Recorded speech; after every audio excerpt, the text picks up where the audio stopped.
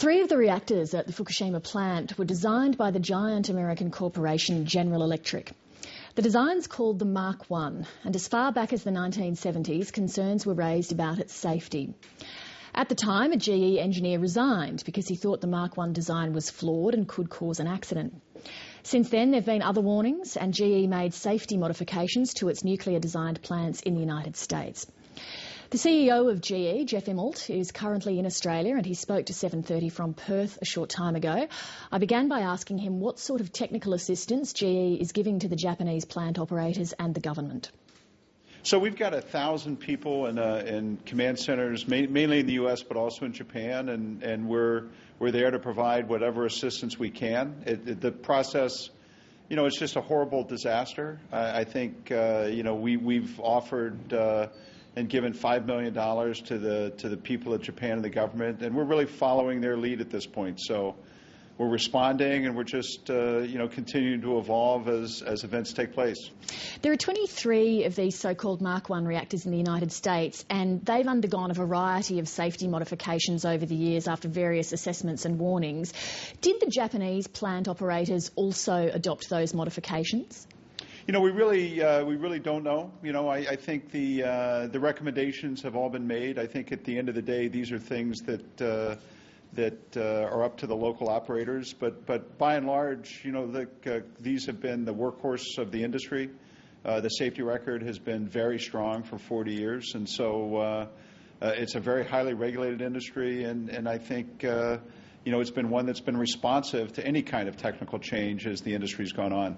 And did GE share the information about its American modifications with its clients in Japan? Were they aware of that information? All of this is part of the process of the regulatory structure, and so again, we've been this industry has an impeccable track record for a long period of time, and any of those recommendations would have been made broadly.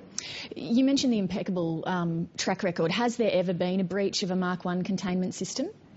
Not that I know of, and again, I think in this case we just have to see what the facts bear out, and we'll continue to follow the process and support the government wherever it goes. I think we need to be responsive and just see what we can learn from this event. Just to ask more generally, this has been a once in a more than 1,000-year event.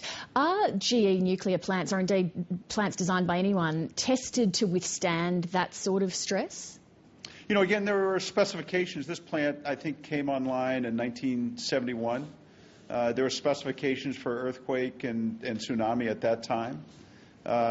People clearly consider catastrophic events as part of the specification on each individual site. So I can't go site by site, but I think these plants are really hardened to be able to withstand extraordinary events. And this was really once a very unique and very tough disaster. When the full facts are in, will GE be scrutinising and freshly assessing the Mark I design? Well, look, I think in any of these cases, it's up to us to really follow where the process goes, be an active participant, and if we learn things that we can do better, incorporate that into the future. So, again, I think right now the major task we have is to be supportive, be responsive, be open, and be helpful, and that's what we're doing, and that's what we'll continue to do. Does GE accept any responsibility for what's happening in Fukushima? Well, look, I think the liability, the channeling process, the channeling law is quite significant in Japan, and the supplier is really stands behind the operator vis-a-vis the liability law. So I think that's pretty clear. As to how the plants all operated during this crisis, we're just going to have to follow the process and see what we all learn. But the liability law is quite clear. And so but again, let me repeat, Leigh. I think our job right now is to be responsive and to be completely supportive of the process of what the government is doing and what TEPCO needs from GE. In trading yesterday, GE stock fell 31 cents. Is that a sign that perhaps the market isn't sure about GE's liability, or what do you put that down to? Look, I just think markets move as they move, and there's a lot of information that people are digesting as time goes on. But again, I think I come back to, I hate to sound like a broken record. What I care most about is us being supportive of the government and of our customers and of continuing to support this process. We have 1,000 technical people in command centers. We're working at 7 by 24. I'm in constant contact with the team. That's really Leigh, that's really what I'm thinking about right now. Can I ask more broadly, though, because there has been a lot of discussion already around the world about the nuclear industry. Could this situation in Japan mark a turning point? Again, I just think we're 2 or 3 or 4 days into this process, and we need to just follow the process and investigate. And there'll be plenty of days in the future where we can discuss the future of the nuclear industry. I just think it's too soon, and we need to be reflective of what we learned from this process.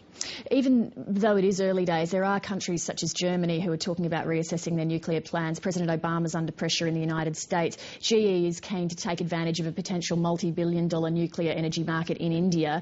Do you still see nuclear energy as a growth area for your business? We are a broad-based energy company. We are in a multitude of technologies, from gas turbines to steam to wind to solar to biofuels. We do everything, including nuclear. So I think we've never hinged our technology on any one, or our future in energy on any one fuel or any one technology. But let me repeat, Leigh, I think this process has to work its course. We will see what happens in the nuclear industry. I don't want to make pronouncements about it today. And I would say wherever the industry goes, GE will be a leading technology provider in the future, just regardless of which technology is favored. We'll be there to lead. Jeff Immelt, we're out of time. Thank you very much for joining me. Okay, Leigh, thank you very much.